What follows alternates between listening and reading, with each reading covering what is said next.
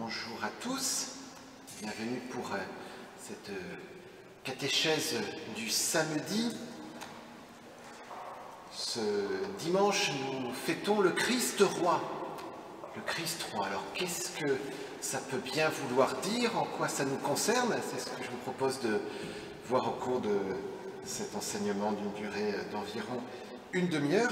Et pour aborder cette question du Christ roi, eh bien, je vous propose de le faire à partir de l'encyclique du pape Pie XI qui a institué cette fête liturgique. Parce qu'en fait, cette fête liturgique a à peu près un siècle.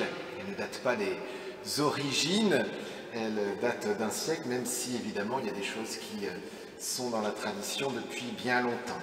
Alors pour commencer, eh bien, confions-nous à la Sainte Vierge pour qu'elle nous aide à entrer dans le mystère de son Fils. Au nom du Père et du Fils et du Saint-Esprit. Amen. Je vous salue Marie, pleine de grâce, le Seigneur est avec vous. Vous êtes bénie entre toutes les femmes, et Jésus, le fruit de vos entrailles, est béni. Sainte Marie, Mère de Dieu, priez pour nous pauvres pécheurs, maintenant et à l'heure de notre mort. Amen. Au nom du Père et du Fils et du Saint-Esprit. Amen. Alors donc il y a un siècle, le pape Pie XI a institué cette solennité du Christ, roi de l'univers. Il l'a fait le 11 décembre 1925, il y a quasiment un siècle. Et alors ce qui est intéressant, c'est de voir un peu le contexte historique de l'instauration de cette fête. 1925, qu'est-ce qu'il y a juste avant qui a été un traumatisme pour le monde entier, on peut dire? C'est la Première Guerre mondiale, qui vient tout juste de se terminer. Première Guerre mondiale, 1914-1918. En fait, les soldats sont démobilisés même en 1919.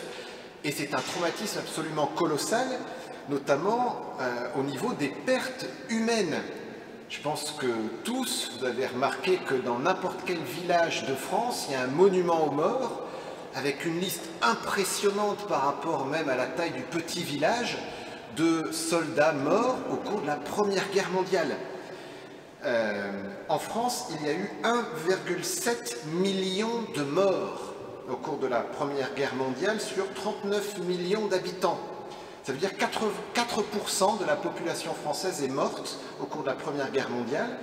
Et si on regarde la tranche des hommes en âge de combattre, c'est 27% des 18-27 ans. 27% des 18-27 ans sont morts au cours de la Première Guerre mondiale en France. Les militaires blessés représentent plus de 10% de la population nationale. C'est-à-dire quand vous baladiez dans les rues en 1925, vous avez une personne sur 10 qui est un blessé de guerre. C'est ce qu'on appelait les gueules cassées. Ce n'était pas juste un petit orteil qui était abîmé, c'était des éclats d'obus qui défiguraient des visages. En Allemagne, 50% des soldats sont morts. 50% des soldats sont morts en Allemagne. Donc il faut imaginer vraiment le traumatisme qu'a été cette Première Guerre mondiale. Et donc voilà, au niveau donc, de la guerre, au niveau des morts, des blessés, mais aussi on est dans un contexte extrêmement hostile à la religion catholique. Il y a évidemment eu la Révolution française, 1789, avec la période de terreur et de destruction massive d'édifices religieux. La plus grande église du monde, Cluny, a été détruite par Napoléon, qui a fait passer une route à travers, voilà, détruite à coups d'explosifs. Ici, cette église était devenue la Bourse de Paris. Notre-Dame de Paris a été ravagée, vous savez, toutes les statues de la façade ont été détruites. L'orgue a été abîmé, saccagé à coups de hache. Si vous visitez l'orgue de Notre-Dame, alors actuellement évidemment c'est en travaux, mais on voit encore les coups de hache donnés par les révolutionnaires. Et ça c'est général dans l'ensemble des églises de France, qui a été suivi encore en 1870 par une guerre de la Prusse contre la France, qui a été suivie de la Commune. Cette église a été profondément abîmée et profanée au cours de cette Commune. voilà, et puis suivent ensuite en 1901, 1905, 1906 les lois contre les congrégations religieuses. Donc il était interdit à une religieuse ou un religieux d'enseigner en France, de faire la classe. Voilà. Et puis séparation de l'Église et de l'État. Donc alors maintenant on dit qu'on est content que l'État donne quelques subsides pour entretenir les églises, mais il y a quand même eu l'ensemble des bâtiments qui ont été confisqués, qui servaient aussi à l'entretien des églises. On a envoyé l'armée pour chasser les Chartreux par exemple. Voilà, donc vous voyez, quand on arrive en 1925, on est dans un contexte de crise profonde, parce que la guerre a ravagé le monde entier et parce que la situation de l'Église catholique en Europe est loin d'être facile par un ensemble de lois anticléricales extrêmement violentes, extrêmement violentes. Alors, au point de départ de cette encyclique, eh bien, le pape Pie XI fait un peu cet état des lieux et il essaie d'identifier un peu la cause profonde de l'ensemble de ces mots qui tombent comme ça sur l'univers entier. Et voici ce qu'il écrit. « Ce débordement de mots sur l'univers provenait de ce que la plupart des hommes avaient écarté Jésus-Christ et sa loi très sainte des habitudes de leur vie individuelle, aussi bien que de leur vie familiale et de leur vie publique. » Ça, c'est un peu la clé de lecture de toute cette encyclique de ce pape Pie XI, de dire mais cette guerre qui a ravagé l'Europe et le monde entier, ben, ce n'est pas une guerre entre bons chrétiens, c'est au contraire une guerre entre États qui ont renié Jésus-Christ, aussi bien d'ailleurs au niveau de la vie publique que aussi qu'au niveau de la vie familiale et de la vie individuelle. On a effectivement un effondrement de la pratique religieuse qui a lieu au cours de la Révolution française et les années qui ont suivi, même si c'est un peu remonté. Et vous voyez, en gros, on est passé de 75% de personnes qui allaient à la messe tous les dimanches avant la Révolution française à 50% avant les lois de séparation de l'Église et de l'État, et puis on est arrivé après, au niveau des années 50, à 25% seulement des personnes qui allaient à la messe tous les dimanches. Donc, vous voyez, on a moins 50 points en 150 ans. Et le pape dit eh bien, que pour ramener la paix en Europe, pour que la prospérité revienne, pour que la paix revienne, eh bien, il faut remettre Jésus-Christ au centre. Ça paraît une évidence, c'est sûr que plus on s'éloigne de Dieu, plus on s'éloigne de sa bénédiction, plus on s'éloigne de sa paix. Les dons de l'Esprit Saint, vous vous rappelez, dans la lettre aux Galates, on a l'amour, la paix, la joie, la maîtrise de soi, la bienveillance, toute une liste. Si on s'éloigne de l'Esprit Saint, si on s'éloigne de Dieu, ben forcément on n'a plus l'amour, on a la haine, on n'a plus la paix, on a la guerre, on n'a plus la joie, on a la tristesse, on n'a plus la maîtrise de soi, mais on a des débordements en tous sens, etc. Voilà.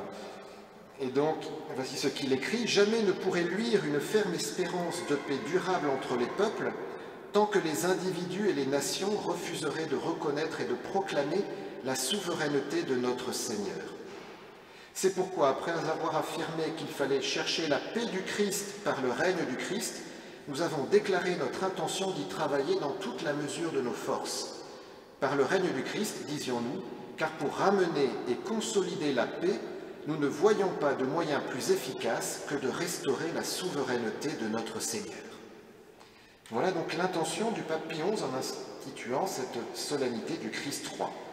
Ensuite, dans son encyclique, je ne sais pas si je vous ai donné le titre de l'encyclique, en latin c'est Quas Primas. Quas Primas. Ça se trouve très facilement sur Internet. Ensuite, il regarde un peu qu'est-ce que ça veut dire que le Christ est roi. Dire que le Christ est roi, qu'est-ce que ça veut dire? Alors il dit que d'abord, ça a un sens métaphorique, c'est-à-dire qu'il est roi en tant qu'il règne sur nos intelligences, sur nos volontés, sur nos cœurs. Voilà.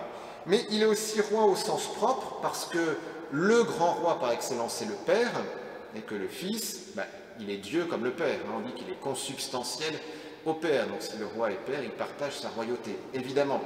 Mais il est aussi roi comme homme. Jésus est roi comme homme.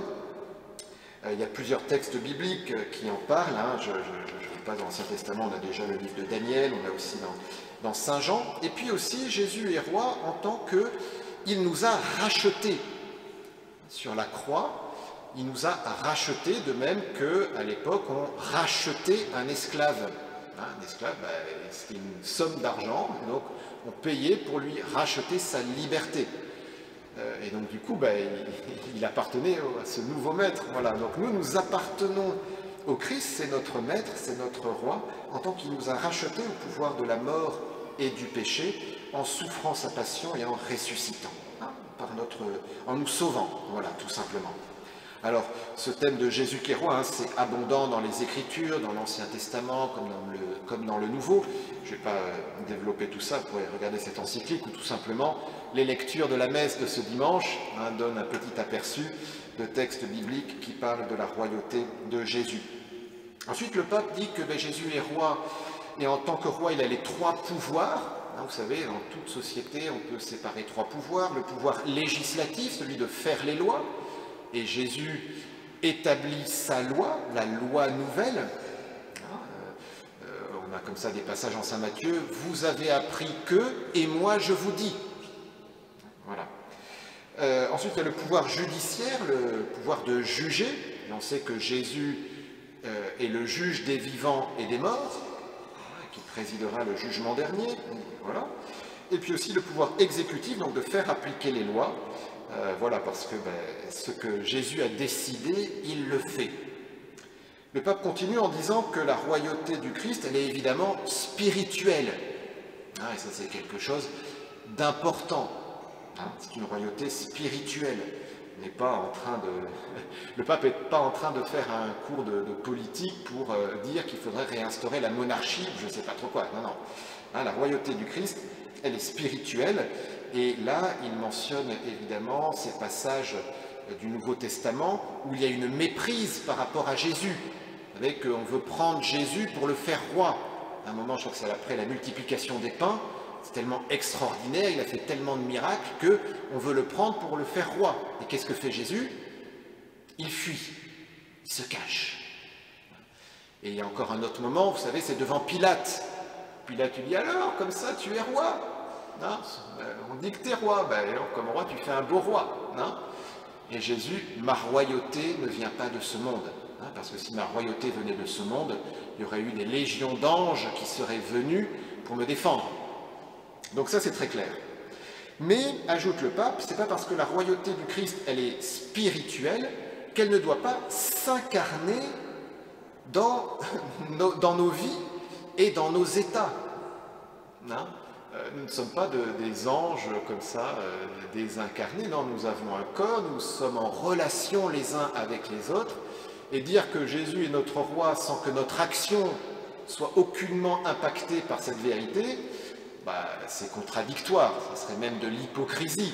Vous savez, c'est ce passage où Jésus dit, il ne suffit pas de dire « Seigneur, Seigneur » pour aller au ciel. Il faut faire la volonté de mon Père. Donc, si on dit que Jésus est notre roi spirituel, il faut que notre vie manifeste que nous avons pour roi le Christ. Et ça, aussi bien pour les individus que même pour les sociétés. Alors ça nous paraît évidemment un peu plus difficile de nos jours, parce qu'on est vraiment habitué à cette séparation Église-État, puis vraiment, la religion c'est du privé et peu importe. Mais non, parce qu'on sait bien que nous sommes extrêmement influencés par la société, par les lois. Quand quelque chose est interdit par une loi, on se dit, ouais, sans doute que c'est pas bien de le faire. Si quelque chose est autorisé, on se dit, pourquoi pas? Alors, même que cette chose autorisée par la loi civile est un grave péché pour la loi de Dieu. Vous voyez, je n'ai pas besoin de vous faire un dessin pour les réalités qu'il y a derrière. Mais donc, on peut être plus ou moins aidé par la société. Et donc, il y a aussi un enjeu que la société nous aide à obéir à Dieu, nous aide à prendre le Christ comme roi. Parce que le Christ, il est un souverain universel, pas que pour les catholiques, mais pour tous en fait. Il n'y a qu'un seul roi dans le monde, hein, c'est le Seigneur, qu'on le reconnaisse ou non. Et puis le pape ajoute encore quelque chose d'intéressant, c'est que, comme roi, Jésus est la source de toute autorité et donc de toute obéissance. Alors il explique un peu ce que ça veut dire. En fait, c'est assez simple. Une autorité qui est absolument arbitraire, qui a pour seul fondement elle-même ou la volonté de quelques personnes, très vite, on la méprise. Quelle est la légitimité d'un pouvoir qui est venu comme ça par une dictature, un coup d'État, après nul, et même par rapport à un système démocratique avec des élections? Qu'est-ce que ça veut dire, la légitimité de quelqu'un qui est élu à 51% des votants, voilà, ce qui fait faire 30% de la population, voire même moins, et sachant que 5 ans plus tard, ben, ça sera quelqu'un d'autre. Quelle est la légitimité sur le long terme et même pour lui-même, hein, et on voit bien là la fragilité en fait des démocraties. Alors pas du tout pour remettre en cause, voilà, de toute façon, n'importe quel système politique a ses avantages et ses inconvénients. Mais en tout cas, je crois que c'est intéressant, ça nous aide à réfléchir, en tout cas ça nous aide à ne pas idolâtrer un régime politique, parce qu'il n'y a pas de régime politique parfait. Et vous voyez, en particulier pour des questions de morale. Ce n'est pas l'opinion de quelques personnes à l'Assemblée nationale qui peut déterminer ce qui est bien et ce qui est mauvais. Ce qui est bien et ce qui est mauvais, c'est Dieu qui nous l'enseigne et qui parle à travers notre conscience. Voilà, et donc le pape Pie XI souligne ce point-là, disant que pour qu'une autorité, elle ait vraiment de l'autorité, pour qu'on la respecte, en fait, il faut que d'une façon ou d'une autre, elle soit relative au seul qui est capable de fonder toute autorité, qui est Dieu. Si elle se pense comme un absolu, il y a quelque chose de bancal. Et si elle se pense juste en dépendance de quelques personnes qui l'ont mise au pouvoir, c'est aussi bancal. Pour qu'il y ait une stabilité, pour qu'il y ait un respect, on pourrait dire, il faut que ça soit ancré dans quelque chose de supérieur. Alors que ce soit par le mode d'accès au pouvoir, ou tout simplement, et même encore mieux, par les valeurs qui sont suivies. Hein, voilà. Et le pape ajoute, ça c'est aussi bien vrai dans le domaine de l'autorité que dans le domaine de l'obéissance. Si vous voulez que les gens obéissent à un dirigeant, il faut que ce dirigeant, eh bien, on puisse être certain que la décision qu'il va prendre, elle n'est pas arbitraire, sa petite opinion, mais qu'elle s'appuie sur quelque chose de beaucoup plus solide, qui est ultimement notre roi, le Christ. Voilà. Et donc, il dit ainsi, « Oh, qui dira le bonheur de l'humanité si tous, individus, familles et États, se laissaient gouverner par le Christ ?» Voilà.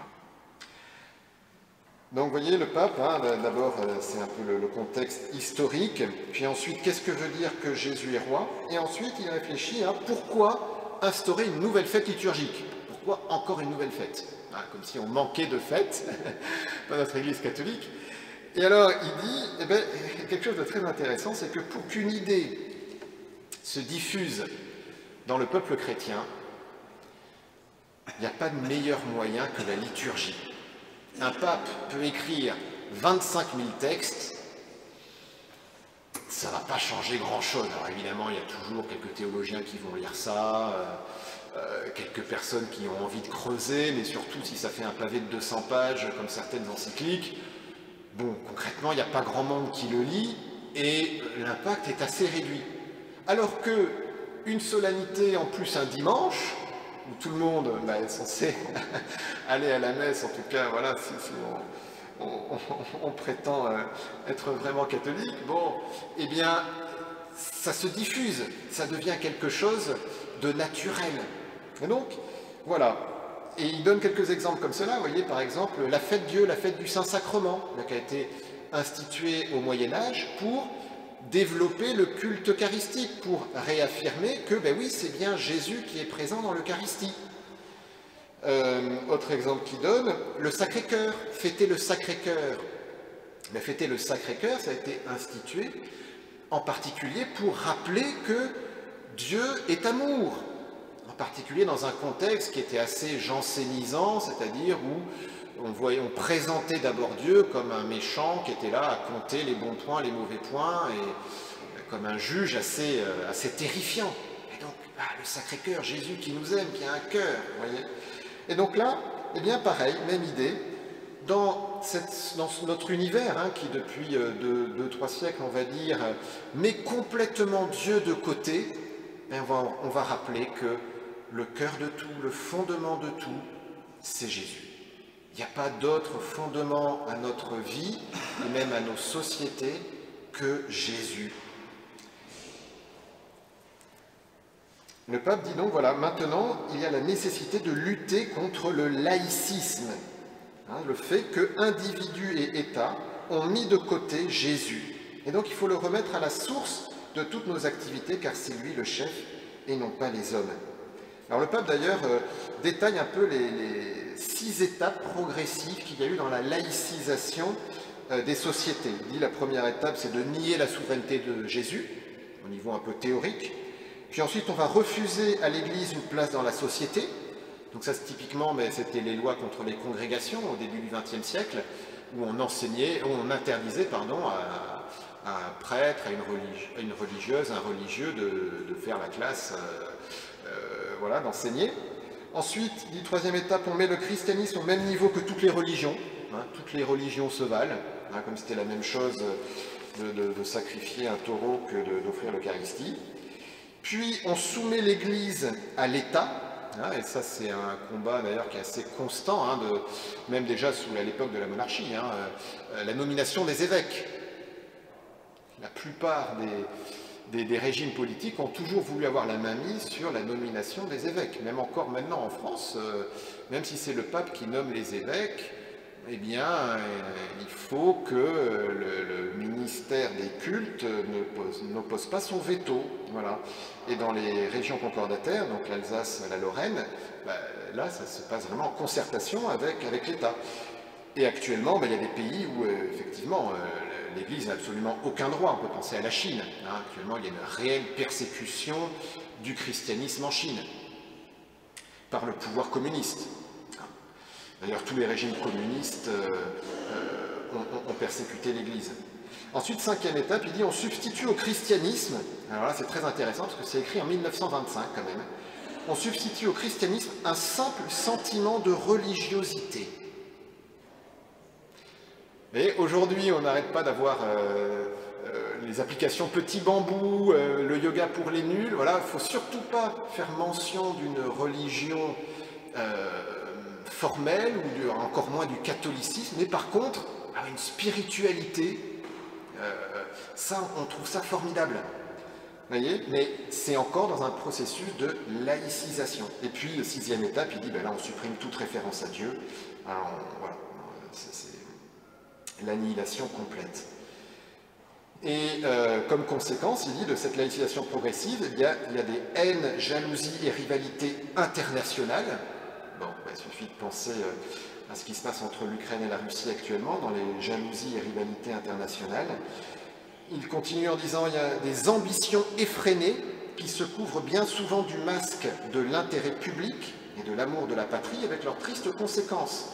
Des discordes civiles, égoïsme aveugle et démesuré, qui ne poursuivant que les satisfactions et les avantages personnels, apprécient toute chose à la mesure de son propre intérêt. Bon, la corruption des hommes politiques, ou des hommes politiques qui sont capables de dire tout et leur contraire juste pour faire plaisir à l'opinion, c'est bien un fruit de ça. Parce que le seul but, mais pareil, la puissance des médias, de formater les esprits, parce que ce sont les esprits qu'on va formater qui vont voter. Vous voyez, donc on est aux antipodes de la recherche du bien et du vrai, on est juste à la recherche de ce qui va faire plaisir, pour ensuite, en retour, pouvoir être élu.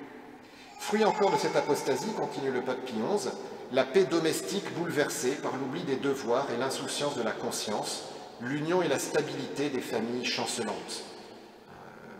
On n'a pas besoin de faire un dessin sur cette triste réalité qui fait tant souffrir, division dans les familles. Voilà, et enfin, il conclut, toute la société enfin ébranlée et menacée de ruine. Et inversement, il dit, les fruits espérés de cette solennité, c'est d'abord hâter la venue en gloire de Jésus, eh bien oui, parce qu'on attend son retour dans la gloire, redonner du feu pour l'apostolat, et ensuite réparer l'apostasie publique, la mettre en question. Voilà. Et alors, concrètement, eh bien, le pape donc institue cette fête du Christ roi le dernier dimanche d'octobre. Vous allez me dire, nous ne sommes pas le dernier dimanche d'octobre. Effectivement, parce que la réforme liturgique de Vatican II a déplacé cette fête au dernier dimanche du temps liturgique, mais c'est tout à fait cohérent avec ce que demandait le pape Pie XI, puisque lui-même faisait remarquer que ce dernier dimanche d'octobre était un des derniers du temps liturgique, donc il mettait lui-même cela en lien. Et il invitait donc que ce jour de la solennité du Christ roi, on se consacre au Sacré-Cœur. Ce qui dit que les deux vont ensemble en fait, parce que adorer le Sacré-Cœur, c'est Jésus qui nous aime, mais c'est aussi Jésus qui est tout pour nous, donc qui est notre roi. Et le pape invite aussi à ce que l'on fasse des instructions publiques pour donner le sens de cette fête du Christ roi. C'est ce que je fais actuellement devant vous. Voilà. Et puis, il conclut en rappelant le droit de l'Église à être libre et indépendante complètement à l'égard du pouvoir civil. Il rappelle aux dirigeants qu'ils ont un roi au-dessus d'eux, qui les jugera au dernier jour. Et enfin, il souhaite que Jésus règne dans notre intelligence, dans notre volonté, notre cœur et notre corps. Alors, pour terminer dans les 2-3 minutes qui nous restent, juste quelques enseignements pour nous. Qu'est-ce qu'on peut en tirer concrètement pour nous? Déjà, une première question à se poser. Est-ce que Jésus est la norme de mon action? Quand j'ai une décision à prendre, est-ce que je vais avoir comme réflexe de me demander qu'est-ce qui plaît à Jésus? Qu'est-ce qu'il voudrait que je fasse? Qu'est-ce qu'il me dit dans sa parole? Qu'est-ce qu'il me dit à travers son Église? Dans le Notre Père, on ne cesse de répéter que ton règne vienne. Oui, il vient comment le règne de Jésus? D'abord à travers nous, à travers notre agir. Et il faut que Jésus règne, comme dit le pape, dans notre intelligence. Alors, comment je nourris ma foi? Comment je nourris mon intelligence? Dans ma volonté, qu'il règne dans ma volonté, que ma volonté soit orientée pour faire la volonté de Dieu. Dans mon cœur, aimer davantage Dieu et mon prochain, comme lui-même nous a aimés, a aimé son Père. Et aussi le pape dit que Jésus règne dans notre corps. Ça c'est tout l'enjeu de la pureté, qui est tellement un défi dans notre société. Donc Jésus roi pour moi, mais aussi Jésus roi par rapport à la société. Et là, c'est la question de moi, dans mon action dans la société, quelle place je donne à Jésus. Vous voyez, on peut se dire, moi, ma vie privée, je l'organise en fonction de Dieu, mais alors dans mon travail, je fais en fait comme si Dieu n'existait pas. Alors, il ne s'agit pas de mettre une grande affiche dans son bureau, c'est pas de ça dont il s'agit, mais c'est, est-ce que je ne sais pas, ma probité morale, est-ce qu'elle s'étend aussi dans mon travail? Est-ce que je vais accepter un pot de vin? Est-ce que je vais accepter de truander un peu pour arriver à mes fins dans le monde du travail? Pareil dans l'engagement associatif, même dans l'engagement politique. Il y a un vrai enjeu à ce que des hommes politiques chrétiens fervents aient toute leur place. Pour que justement ce règne de Christ imprègne la société. En particulier, là ça mériterait un long développement, c'est tout le domaine de la doctrine sociale de l'Église. L'Église ne se contente pas de dire deux, trois petites choses sur la vie privée. Non, elle a tout un enseignement cohérent qui date même de la fin du XIXe siècle avec Léon XIII, et tous les papes, jusqu'au pape François, continuent à réfléchir à comment vivre en société ensemble. Et là, la doctrine sociale de l'Église, il y a plein de choses sur les entreprises, sur même l'écologie, qui ont évidemment un fondement chrétien, Christ roi, ok, mais des réflexions qui sont d'une certaine façon universelles, enfin, dans le sens où il y a des questions de bon sens qui sont là et qui sont vraiment intéressantes à développer. Et puis aussi, qui dit politique, dit aussi notre bulletin de vote. Hein. Comment est-ce que je vote? Est-ce que je vote juste pour mon petit intérêt personnel égoïste, ou est-ce que je vote en vue du bien commun de toute la société? Peut-être même au risque que la personne pour qui je vote n'ait pas un programme qui soit le plus favorable pour moi personnellement, mais qui au niveau de la société, au niveau des valeurs, soit le plus proche possible de ce qu'enseigne le Christ. Bon, même si évidemment, voilà, après, le choix il n'est pas infini non plus. Et puis dernière chose, et je vais m'arrêter là, fondamentalement, est-ce que je crois qu'obéir à Dieu fera mon bonheur? Est-ce que je crois qu'obéir à Dieu fera mon bonheur? Prendre Jésus pour roi, en fait, je crois que c'est affirmer que oui, obéir à Dieu, même si je ne comprends pas forcément tout, même si c'est difficile, c'est ce qu'il y a de meilleur pour moi. Parce que sinon, ça veut dire que c'est moi qui décide ce qui est bien pour ma pomme. Hein, donc je suis la norme de ma propre action. Mais non, la norme de mon action, c'est le Christ, roi de l'univers.